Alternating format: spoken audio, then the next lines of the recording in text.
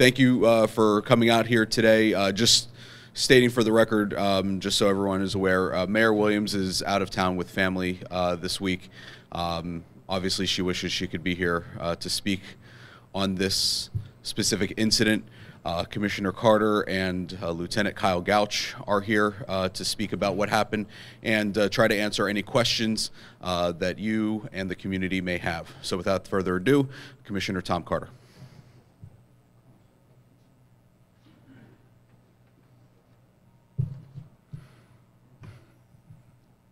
Hello, good afternoon. Yesterday on the 13th at approximately 17:39 hours, up on 4th Street, Woodbine and 4th, we had shots fired in the 2100 block of North 4th Street. There was a crowd of people out there, and a person or persons fired into a crowd where there were adults and young kids. Upon hearing the shots, people fled. Police were in the next block. They arrived on location within 30 seconds. Upon arriving, they located an unknown female who had been hit by gunfire. They rendered first aid, called a medical unit. The young lady, Tanisha Miller, black female, 19 years old, was taken to a local hospital.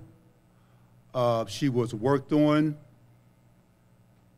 She succumbed to her injuries. The investigation started at that incident. We locked down the whole area.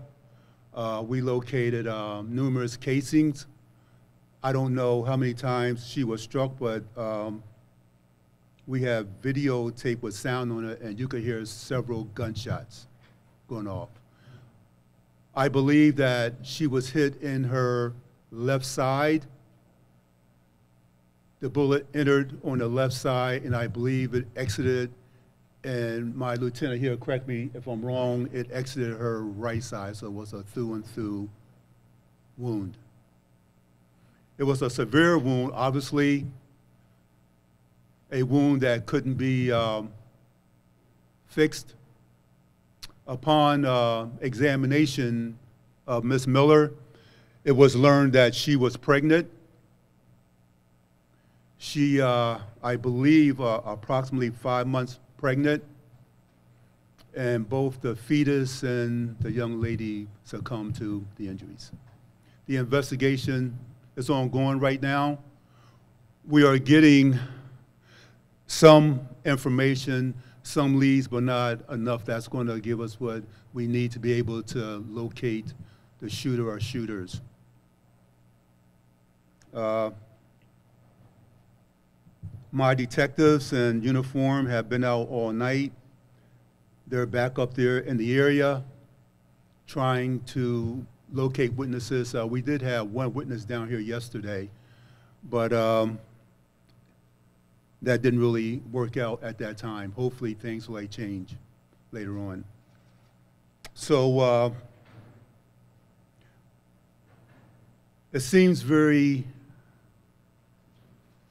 mundane or very easy or very simple or a robotic gesture for me to say that it's a tragedy.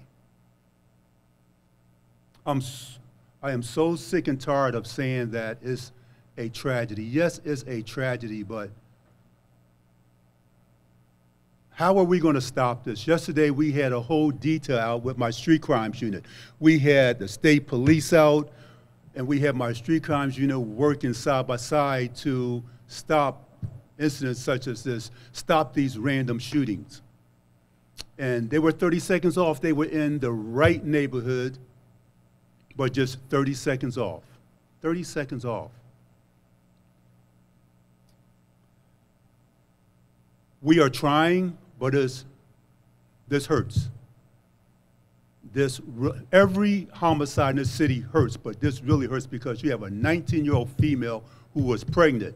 that was gunned down. I can't say that she was the target or anything like that, but who in their right mind would just shoot into a crowd of people where there are little kids at? Little kids, little helpless kids out there playing on a nice day, and you just shoot into a crowd of people. Harrisburg, we have to stand up.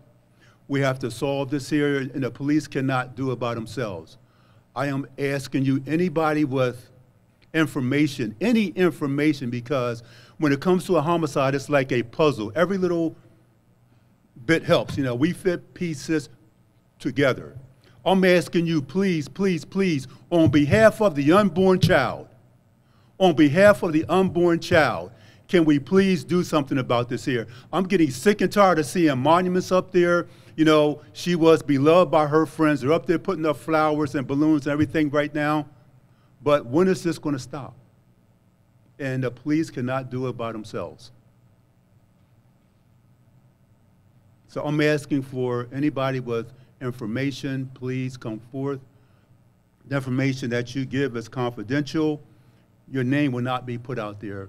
But let's bring this person or persons to justice responsible for this here horrible, horrible, horrible tragedy. Thank you. You have anything to answer? I'm not sure about questions. If anybody has any questions, we may be able to cover a couple. Real quick, obviously the case is, take over the mic. Go ahead. The case is very much so still on the onset of the investigation. We're less than 24 hours in. There's still a lot of information that the detectives are trying to go through, as well as a lot of things we're trying to, as the commissioner put it out, put the puzzle together, pieces of the puzzle together. I maybe I'll take a couple questions, but it's gonna be very, very limited and not a lot of detail. So I do apologize, but understand the integrity of the investigation is paramount. Lieutenant, is there a reason to believe that Miller was possibly a target in this case? I know there were a lot of people out there. Right. I think it'd be premature to indicate whether, or for me to elaborate whether we believe she was targeted or not. Nothing indicates at this point in time that she was the intended target, but again, that's still part of the puzzle we're trying to put together. But there was a lot of people out there. As the commissioner pointed out, there's video to a certain extent of some of that area. And we know for a fact there was a significant amount of people out there, and we've gotten not a lot of people to come forward. So again, we are asking people to help us to put somebody in, you know, not necessarily in custody, but to bring some form of justice to this family and to the people that have suffered from reference to this incident. What does it say that somebody would go ahead and start opening fire in this situation? There were kids outside. We were in the neighborhood yesterday. There were kids outside playing in that area. There were a lot of people out and about. All right. Now there was a couple toddlers, you know, a couple 3-4-year-old kids just legitimately right there where this happened, right where the gunfire was being discharged in the direction of. And I mean, I can't articulate on camera what I think of these individuals. I think you can probably paraphrase in your head what I'm thinking, but nonetheless, there has to be consequences for this type of action, and that's where we're encouraging, we're asking, we're pleading for the public and for people to have information to come forward and to help us again hold somebody accountable for these actions. Mentioned all the attention this neighborhood was getting. It was a couple blocks away from where the homicide happened earlier this month. Any reason to think these two events were in any way related? Again, it'd be a little premature, but at this point in time, I do not believe that they would be related. I have nothing to articulate that they would be. But as the commissioner also pointed out, officers were less than 30 seconds. The officers heard a gunfire and responded. Like, there was no 911 call for them to get there. They heard a gunfire, and less than 30 seconds later, from them hearing gunfire, there was cars, there was cruisers on scene, there was officers on the ground right there. So, I mean, we know that there was some issues, there were some issues in that neighborhood, and we're trying to curb that. And again, it's just officers were at the wrong place, wrong time, but it's so close. But again, I think that shows the lack of disregard for public safety and the lack of disregard for essentially a human being when people are just that cavalier and that, you know, flamboyant that they're just going to go out and just open fire on a crowd of people with police officers in marked cars half a block away. So again, I think that just kind of shows and articulates the type of individuals we're dealing with. And again, hopefully the public or anybody that knows something can come forward to help us, because let's face it, if they're this brazen to do it once, I mean, the circumstances could be, you know, another week, another month, another year, they could do it again, and we can unfortunately be standing up here having the exact same conversation. Bouncing off of what you just said, you mentioned there's the shooting a couple weeks ago just 2 blocks away. A bunch of us were there yesterday. There was a big community cleanup.